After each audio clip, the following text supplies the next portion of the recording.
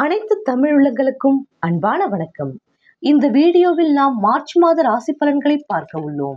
நிகழும் ஸ்ரீ மங்களகரமான குரோதி வருடம் 2025 ஆண்டு மாசி மாதம் 17ஆம் தேதி சனிக்கிழமை துவிதியை திதி பூரட்டாதி நட்சத்திரம் கூடிய நாளில் மார்ச் மாதம் பிறக்கிறது.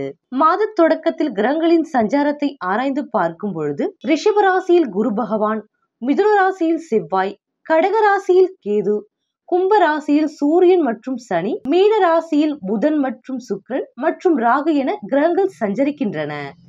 திருக்கணித பஞ்சாங்கப்படி மார்ச் 29ஆம் தேதி சனி பகவான் கும்ப ராசியில் இருந்து மீன ராசிக்கு பயிற்சியாகிறார். 2025ஆம் ஆண்டின் 3வது மாதம் மார்ச் மாதம். இந்த மார்ச் மாதத்தில் சூரியன் கும்பம் மற்றும் மீன ராசியில் சஞ்சரிப்பார். இந்த மார்ச் மாதத்தில் 12ஆம் தேதி புதன்கிழமை மாசி மகம் வருகிறது.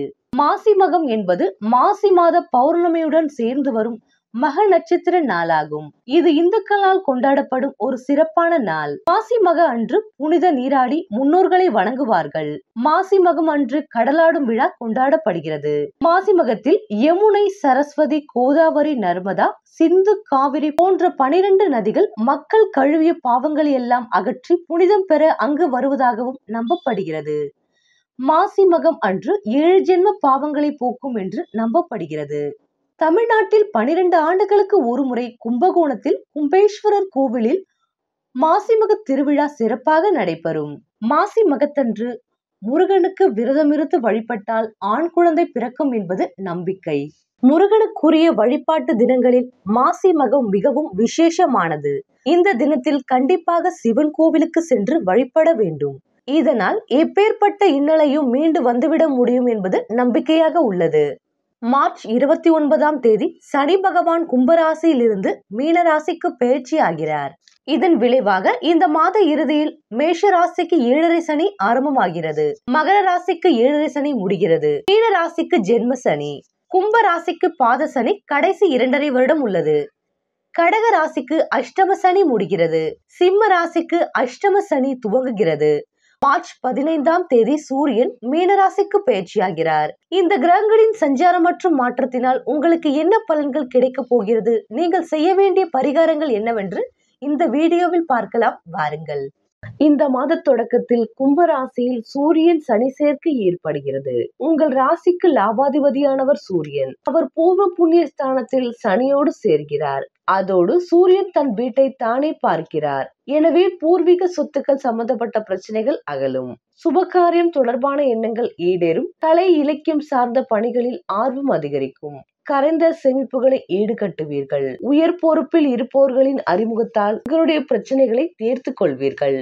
மிதுன ராசியில் சஞ்சரிக்கும் செவ்வாய் இந்த மாதம் முழுவதும் வக்ர நிவர்த்தியாகி சஞ்சரிக்கிறார். உங்கள் ராசிக்கு 2 மற்றும் 7 ஆகிய இடங்களுக்கு அதிபதியானவர் செவ்வாய். அவர் பலம் பெறும் இந்த நேரம் அற்புதமான நேரம். குடும்ப முன்னேற்றம் கூடும். கொடுக்கல் வாங்கல்கள் சீராகும். பணம் தொடர்பாக எடுத்த புது முயற்சிகளில் வெற்றி கிடைக்கும். பணியாளர்களின் ஒத்துழைப்பு திருப்திகரமாக இருக்கும். மனதில் உதித்த நம்பிக்கைகள் எல்லாம் நடைபெறும் நேரம் இது. உத்தியோகத்தில் மாற்றங்கள் வரலாம். மேலதிகாரிகள் உங்கள் கருத்துகளுக்கு செவி சாய்ப்பர். அலுவலகத்தில் உங்கள் மதிப்பு உயரும். தனித்தனியாக விலகி பணிபுரிந்த தம்பதிகளுக்கு இப்பொழுது ஒரே இடத்தில் பணிபுரியும் வாய்ப்பும் கிடைக்கும். மாத தொடக்கத்தில் மீன ராசியில் சஞ்சரிக்கும் புதன் அங்கு நீசம் பெறுகிறார். உங்கள் ராசிக்கு 9 மற்றும் 12 ஆகிய இடங்களுக்கு அதிபதியானவர் புதன். விரையாதிபதி நீச்சம் பெறும் இந்த நேரம் நல்ல நேரம்தான். விரயத்திற்கேற்ற வரவு வந்து கொண்டே இருக்கும். வீடு மாற்றம், இடமாற்றம் உண்டாக்கும். வியாபாரத்தில் போட்டிகள் இருந்தாலும் தைரியத்தோடு எதிர்கொள்வீர்கள். வாடகை கட்டிடத்தில் நடைபெறும் தொழிலை சொந்த கட்டிடத்திற்கு மாற்றும் முயற்சி உண்டாகும். இக்காலத்தில் பெருமாள் லட்சுமி வழிபாடு நன்மை வழங்கும். பொது வாழ்வில் உள்ளவர்களுக்கு சமூகத்தில் உயர்ந்த அந்தஸ்து கிடைக்கும். தொழில் மற்றும் வியாபாரத்தில் உள்ளவர்களுக்கு அபரிமிதமான லாபம் கிடைக்கும். உத்தியோகத்தில் உள்ளவர்களுக்கு பணி இடமாற்றம் வரலாம். கலைஞர்களுக்கு எண்ணங்கள் ஈடேறும். மாணவ மாணவிகளுக்கு மேற்படிப்பு பற்றிய சிந்தனை அதிகரிக்கும். பெண்களுக்கு சுப செலவுகள் ஏற்படும். குடும்பத்தில் அன்பும் பாசமும் அதிகரிக்கும். இந்த மாதம் நன்மை நிறைந்த மாதமாக அமைகிறது.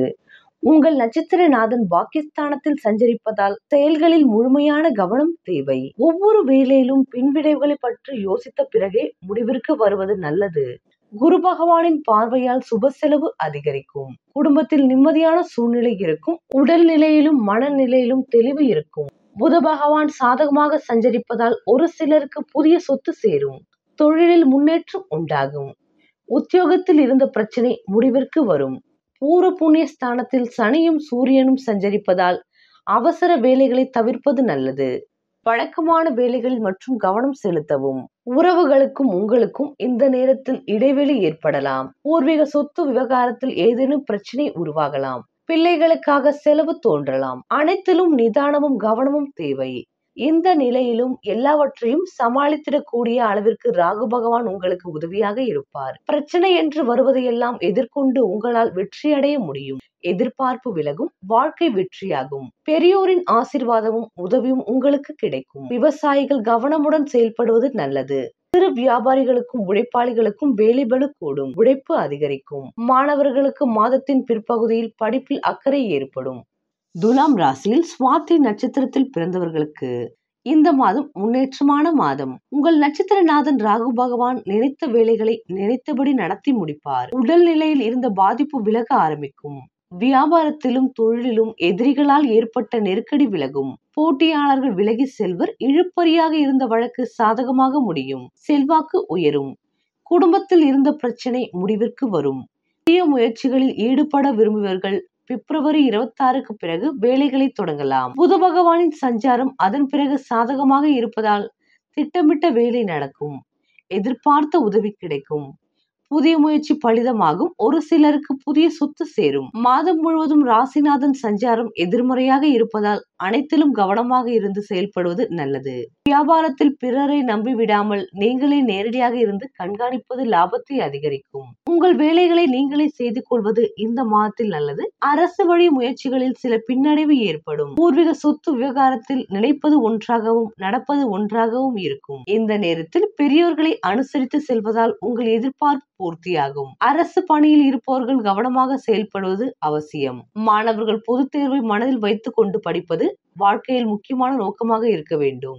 துலாம் ராசி அன்பர்களே, விசாக நட்சத்திரத்தில் பிறந்தவர்களுக்கு இந்த மாதம் கவனமாக செயல்பட வேண்டிய மாதம். உங்கள் நட்சத்திரநாதன் குரு பகவான் 8ஆம் இடத்தில் சஞ்சரிப்பதால் செயல்களில் கவனக்குறைவு ஏற்படும். திட்டமிட்ட வேலைகளில் தடுமாற்றம் உண்டாகும். ராசிநாதன் சுக்கிரன் 6ஆம் இடத்தில் சஞ்சரிப்பதால் மனசோர்வு அதிகரிக்கும். ராகு பகவான் 6ஆம் இடத்தில் சஞ்சரித்து வருவதால் நெருக்கடியில் இருந்து உங்களை பாதுகாப்பீர்கள்.